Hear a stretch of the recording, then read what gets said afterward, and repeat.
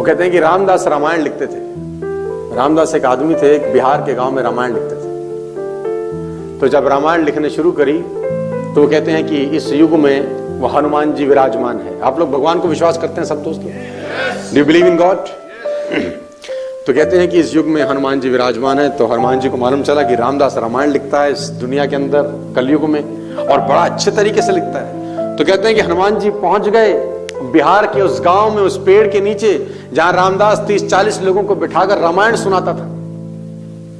तो हनुमान जी भी कहते हैं कंबल अंबल लेके बैठ गए। अब रामदास रामायण की चौपाइयां गा रहा है। आज के हिसाब से हनुमान जी को रस पैदा हो रहा है, स्मृतियां दौड़ रही हैं, वही सब आंखों के सामने प्रतिबिंब घूम रहे हैं।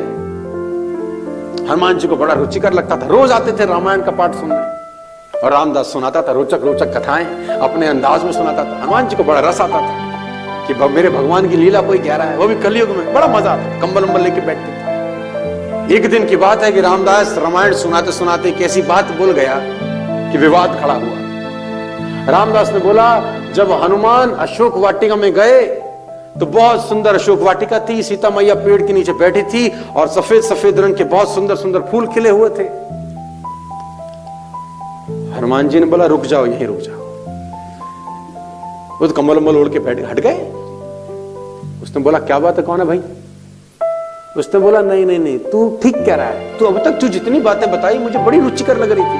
वही स्मृतियां दौड़ आई, वही राम, वही लक्ष्मण, वही भरत, वही शत्रुघ्न, वही सुग्रीव, वही बाली, वही सूरज को निगलना, वो सब मुझे वापस स्मृतियां दौड़ने लगी। अच्छा लग रहा था, लेकिन यहां तो तू गलत लिख रहा है। जब अशोक वाटिका में हनुमान पहुंचे तो फूल लाल रंग के थे। उसने बोला, कौन है बेटा? लिख मैं रहा हूं, तू कौन है? और जो मैं लिख देता हूं सुधार नहीं करता, फूल सफेद ही रहेंगे, तूने सुनना सुन, निकल। उसने बोला, हद होगी, कंबल अंबल हटा दिया। बोले, मैं ही हूं। उसने बोला, तू कौन? अरे बोले, मैं ही गया था, फूल लाल रंग के थे रे। उसने बोला, हम नहीं मानते भाई। उसने बोला, तेरी सारी रामायण समझ में आती है, लेकिन यहां तो उसको ठीक कर, जनरेशन को मैसेज गलत जाएगा। अब विवाद होने लगा, तो विवाद का समाधान कैसे हो? तो बोला, बैठ कंधे पे। तो भगवान राम के पास चलते हैं, अब जज फैसला करेगा। तो हनुमान ने कंधे बिठाया और राम के पास ले गए। तो उन्होंने बताया कि प्रभु, ये बिहार का आदमी है, बहुत अच्छी रामायण सुना रहा है, चौपाइयां बड़ी रुचिकर लगती हैं मुझको, स्मृतियां दौड़ती हैं, वही भरत, वही शत्रुघ्न, वही आप, वही स्वयंवर, वही सब मुझे आंखों के सामने दौड़ता है। लेकिन यहाँ पर तो ये गलती कर रहा है भगवान। जब मैं अशोक वाटिका में गया, ये कहता फूल सफेद थे लेकिन फूल तो लाल थे। तो राम ने बोला, देखो, पहले तो तुमको छुप छुप के इनकी बातें नहीं सुननी चाहिए थी,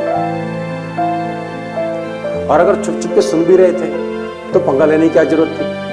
क्यों बताया तुमने? और अगर ये सफेद लिख रहा है तो रहने दो, तुम क्यों बीच में उंगल करते हो? उसने बोला, हद हो गई ना, ये गया था ना आप? अबे गया तो मैं था।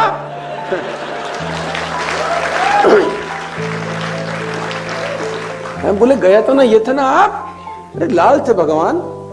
उसने बोला, देखो, मैं कुछ नहीं बोलता, जो ये कह रहा है ये ठीक ही कह रहा है। उसने बोला, नहीं नहीं, लाल थे। उसने बोला, अब निवारण कैसे होगा? बोला, माँ के पास चलो, वो 1 साल वही थी।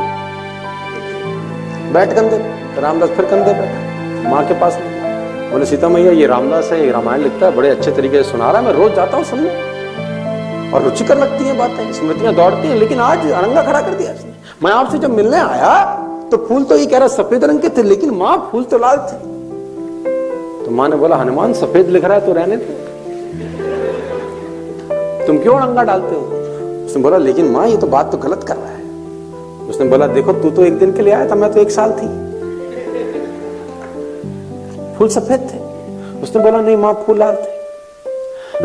मां ने कहा, हनुमान, तुम ठीक कहते हो, अपनी जगह तुम बिल्कुल ठीक हो।